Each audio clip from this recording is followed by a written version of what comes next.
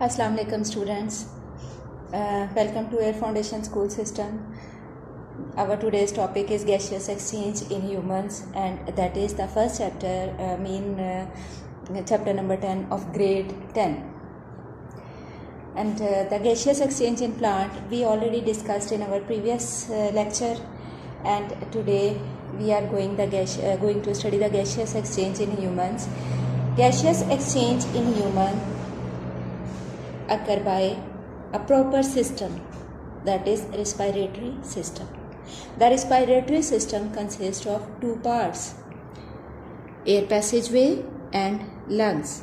The air passageway. What is air passageway? Before going to detail, we should know about what is air passageway, or what is the definition of air passageway.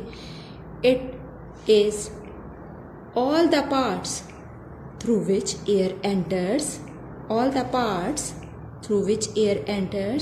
and after exchange of gases it goes out of the body. So all the parts are included in this, through which air enters. After exchange of gases it goes out of the body. Now we will see its detail one by one of all the parts. What are nostrils? These are the openings outside of the nose through which air enters, and the nostril leads into the nasal cavity. It is cavity that is divided into two portions inside. It is lined by fine hairs and by mucus, which trap the dust particles, or it also moistens the air which enters into the nose. It also maintains the temperature of the air that enters into the body.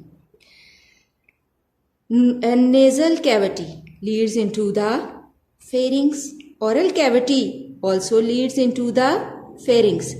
This is nasal cavity, that is oral cavity. Both these cavities leads into a common part that is called pharynx. Pharynx is a muscular passage that leads into the larynx. The air enters from pharynx into larynx. At the floor of the pharynx, larynx is present, or that narrow opening of pharynx is also called glottis.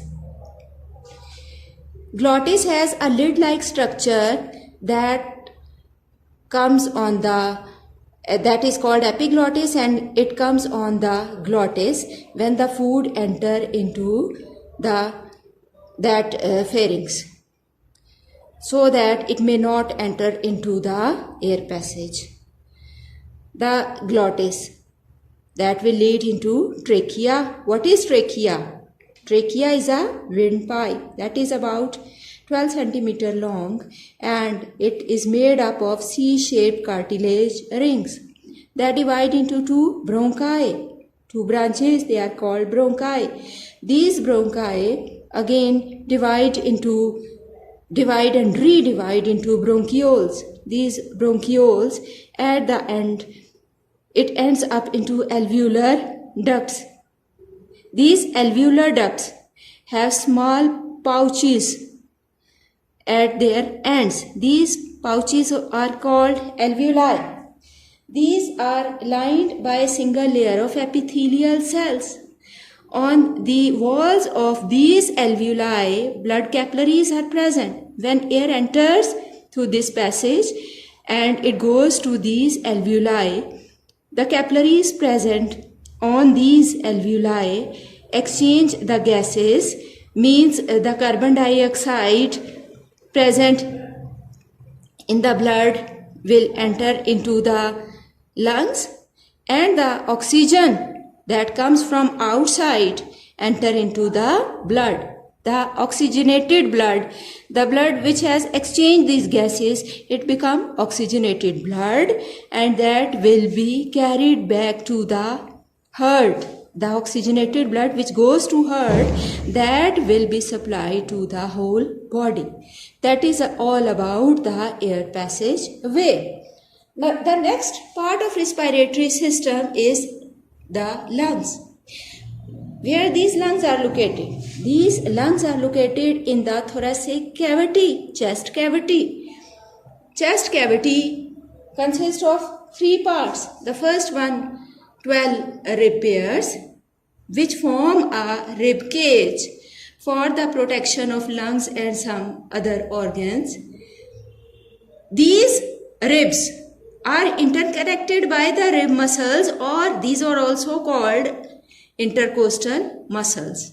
And below the ribs, a muscular part, that is diaphragm, is also present. The movement of these rib muscles and diaphragm, that is responsible for breathing.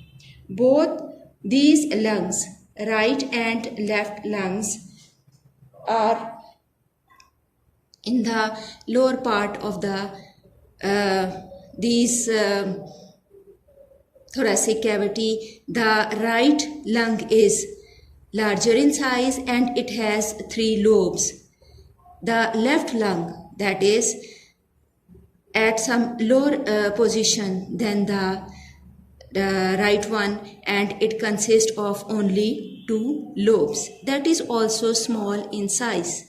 That is all about the respiratory system and how the gaseous exchange in humans.